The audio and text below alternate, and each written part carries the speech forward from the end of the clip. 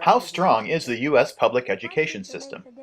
The National Assessment of Educational Progress, or NAEP, gathers data regularly, and this data has been at the center of many arguments, both supportive.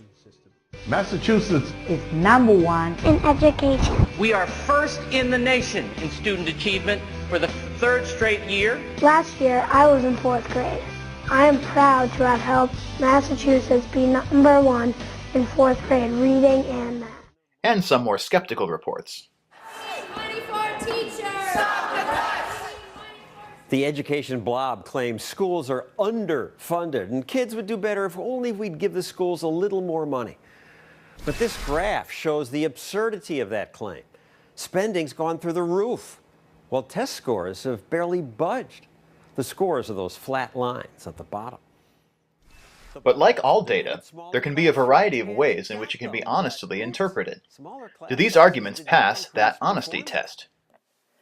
But is achievement really flat over time, as Stossel suggests in his report? According to the Center for Public Education, if you break out the NAEP statistics by racial and ethnic category, some interesting trends emerge. For instance, here's the 17-year-old reading score trends, broken out by race and ethnicity, from the NAEP studies from 1975 to 2008.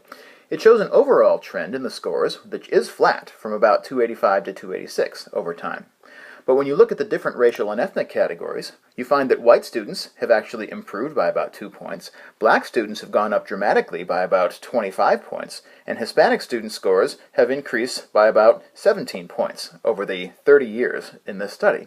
So while it's true that overall scores are flat, every racial and ethnic category has seen gains over the past 30 years. A similar phenomenon happens when you compare states one to another. According to a 2004 study, which breaks out the NAEP data by state, we can take the top 2 states, for example, in 4th grade math scores, Minnesota and Massachusetts. And it's fair to say that those 2 states lead the nation in the overall scores achieved on the grade 4 math NAEP. But then look at Texas.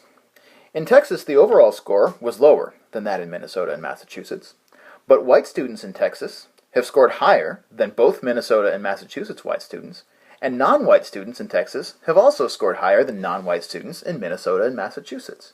So while Minnesota and Massachusetts lead the nation, in Texas, both white and non-white students scored higher than they did in Minnesota and Massachusetts.